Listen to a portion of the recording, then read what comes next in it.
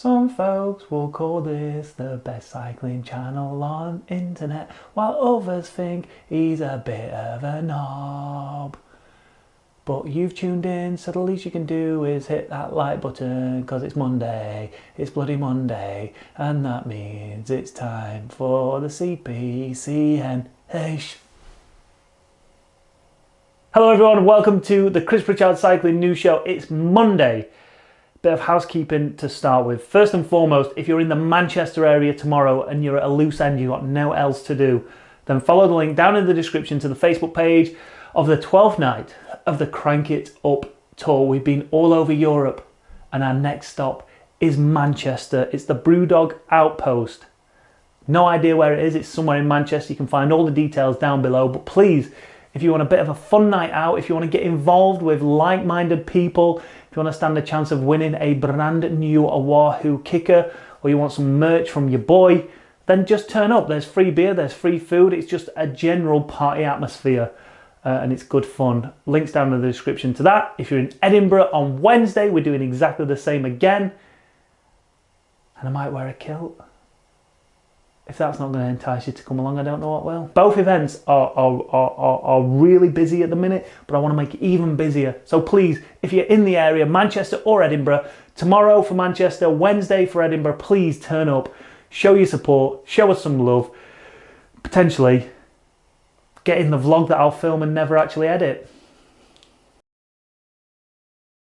All right, first news story. Well, it's not really a news story. A tweet over the weekend from Greg Henderson went like this. Righto, help me out, internet. I call Chloe Dygert an absolute weapon.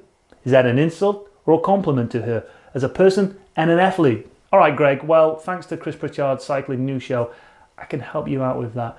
Now, the term absolute weapon can refer to an absolute weapon or an absolute weapon. Now, the term itself isn't complimentary and it isn't insulting until you know the subject that it is aimed at and the context behind it, i.e. Chloe Dygert, what a weapon. And on the other hand, Ricardo Rico, what an absolute weapon. All right? Now, clearly, if you're talking about Chloe Dygert, it's nothing but a compliment because she is an absolute weapon. Let's play the game of weapon or weapon. First up, Ronnie Pickering. Is he a weapon or is he a weapon? Yep, weapon. Cameron Jeffers, weapon or weapon? Clearly he is a weapon.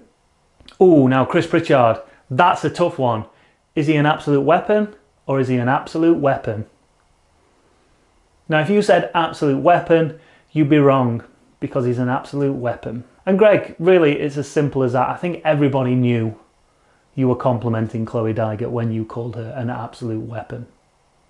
And hopefully I've cleared it up for you guys so you know when to use the term absolute weapon. Leave your comments down below. Absolute weapon. And next up is a story that could potentially turn into a bit of a rant. So grab your popcorn, sit back, relax, grab a cup of tea, go and sit yourself down on the toilet because, yeah, it could be a long one. Now, over the weekend, professional rider over here in the UK, Adam Kenway. Now, if you don't know who Adam Kenway is, he's an absolutely amazing hill climber. This is him here climbing Winnet's Pass on a Brompton. Yeah, but Chris, what's Winnet's Pass? Well, good question. It's a climb in Derbyshire. Yeah, I know, not Yorkshire. It's in Derbyshire, right? And according to Strava, it's just under a kilometre in length. Its average gradient is 13%, but it tops out at a max gradient here, according to Strava, of 40%. This boy knows how to climb, right?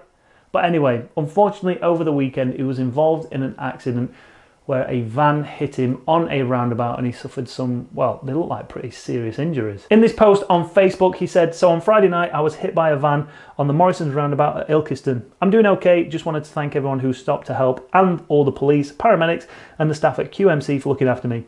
On a second note, I think a nice lady took my bike to look after it, but I don't really have any of the details. If anyone has any information, it'd be appreciated. So first up, if that lady watches the show, she definitely doesn't watch the show, but if she does, then feel free to get in touch and we'll contact Adam, or you could just contact him direct. I just feel like, you know, that's something nice we should say not necessarily follow through with it at all, because it's easier just to contact him rather than me. Secondly though, the point of this one is our thoughts are with Adam. Hopefully he's going to make a full recovery. It doesn't look too serious, but it's amazing how serious it could be. And I'm sick of it. I'm absolutely sick of it. And in the second part of this story, over the weekend again, Alessandro Di Marchi, the professional rider from Team CCC, posted a massive rant on his Instagram. So next to this picture of his wonderful face, he goes on a massive rant in Italian. But essentially, when you stick all that into Google Translate, he's essentially saying, I'm fed up, literally fed up and on edge. I still have a sore throat from screaming and yelling at the umpteenth car driver during the umpteenth near accident. He cannot handle the near accidents anymore. Now, for those of you who don't know, Alessandro Di Marchi was involved in a crash during the Tour de France. He had to abandon after a broken collarbone, broken ribs, like he had facial lacerations, road rash.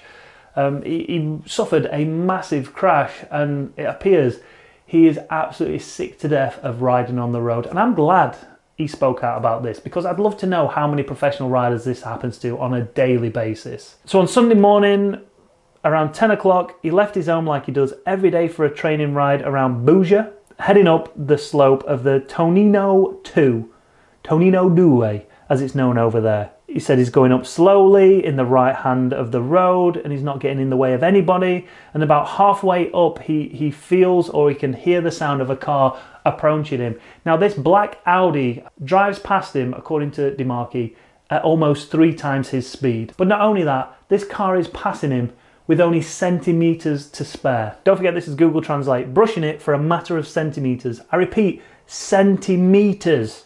Going on to say, I unbalanced myself and ended up on the low pavement following the climb and literally shouting and screaming and berating the driver of said car.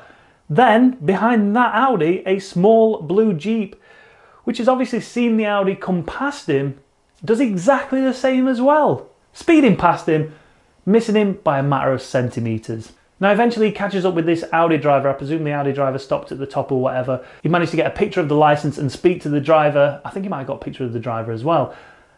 But the driver literally said, I didn't touch you, you can go to hell. Listen, just because you don't touch a cyclist, just because you drive past them but don't touch them, doesn't mean that you can get away with it scot-free. Doesn't mean that, oh, it's fine. As long as you don't, you can get as close to a cyclist as you want, as long as you don't hit them.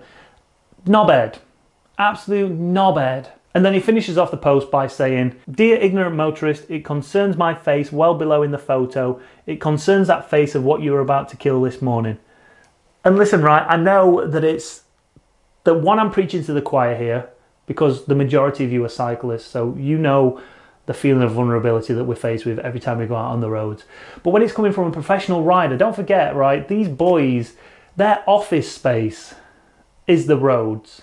They should be free to go to work without the dangers of getting killed. There shouldn't be a risk of death when it comes to riding a bicycle, whether that's a commuter, a professional athlete out training, or a professional athlete out riding, or just somebody going to the bloody shops. But there is. And you know what doesn't help? People like these dickheads. David Stevenson sent me, as well as Chris Bowman and GCN, this tweet saying, on a post on Facebook, re a cyclist's position in the road. These were some of the comments from some of the delightful indigenous people of Torquay, disgusting attitudes towards cyclists, which I've encountered many times myself. Check these comments out from these people on this post. Old Dean Brown here, proper wanker. Old kneel down and blow my. Kneel down. Fucking brilliant. Wow. I mean, these are the type of people you're dealing with. He says, classic lycra wanker. Brilliant. And then old top fanny Lee Horder, he simply said, yet another cock. Again, he's not referring to himself, don't forget. He's referring to a cyclist who's probably in the correct position when it comes to road positioning. So when you're dealing with this level of disrespect, when these people can't even envisage that person in lycra as a human being as a father, son, daughter, grandma, granddad, mum, dad, whatever, until they can see those people in the cyclists, there's absolutely no hope. There's absolutely no hope to ever share the road alongside these kind of people. Do you know what? I'm absolutely sick of it. I'm sick of seeing people getting injured, getting killed on the roads. And yeah, all right, I understand that sometimes cyclists are in the wrong. Sometimes accidents happen. But it doesn't help the situation when people aren't willing to give up 30 seconds of their time. In fact, watch this here from this bus driver here. This is what you would class as an absolute gem of a pass on a cyclist. So you can see there, that's the bus coming around the corner. And let's have a look how much time this cyclist holds up this bus. Somebody who will be on a tight time schedule. 20 seconds? Maximum 20 seconds that bus was held up there.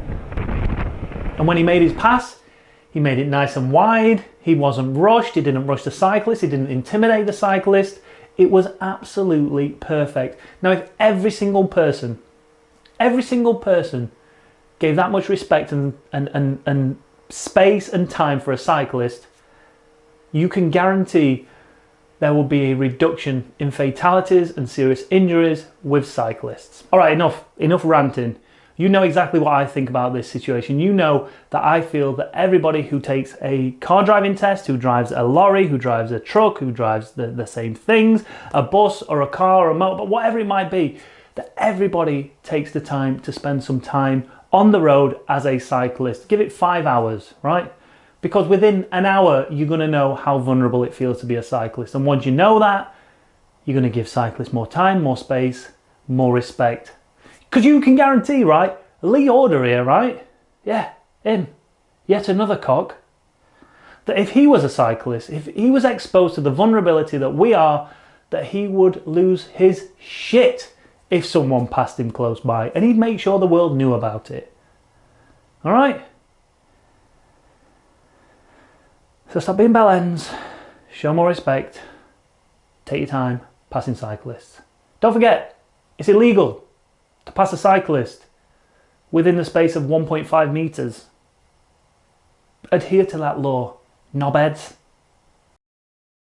Alright, and then the final story, I thought I'd take a quick look at what Sky News have said about the Dr. Freeman Tribunal and potentially the worst week in British cycling's history.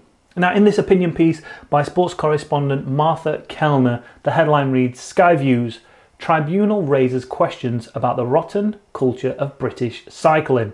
Now, in this piece, Kellner says, in a very crowded field, this has been possibly the worst week of damage to British cycling's reputation, as well for the band formerly known as Team Sky.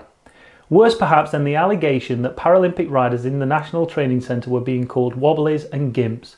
Worse even than when a parliamentary report determined that Sir Bradley Wiggins had used performance-enhancing drugs under the guise of treating a legitimate medical condition, suggesting he and Team Sky had broken the spirit of the sport, even if they didn't find any evidence of breaching the rules.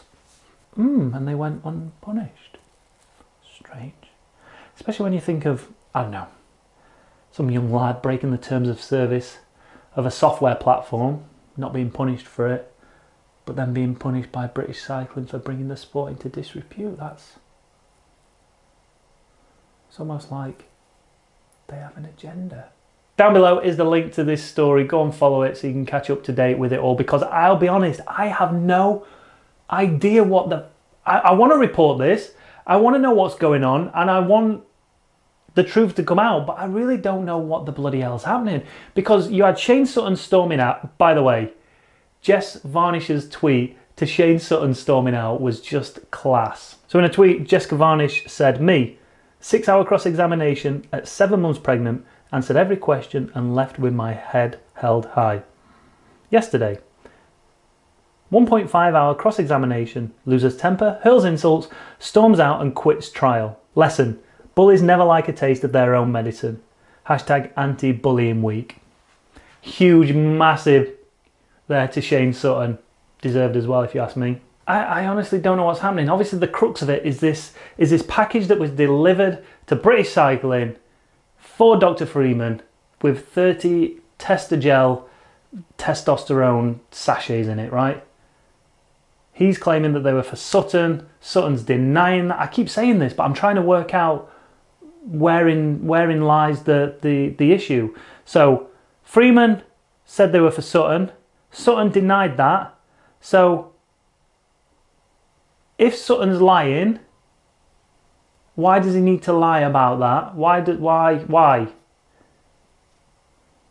And if he's not lying and they weren't for him, then somebody else either told Dr. Freeman to order them because they were going for an athlete, or Freeman himself ordered them knowing that they were going to be for an athlete. Because any other explanation can simply be excused almost. If they're for staff, if they're for staff or his personal use, I don't know. But all I know is the tribunal is set to end on December 20th. Bish.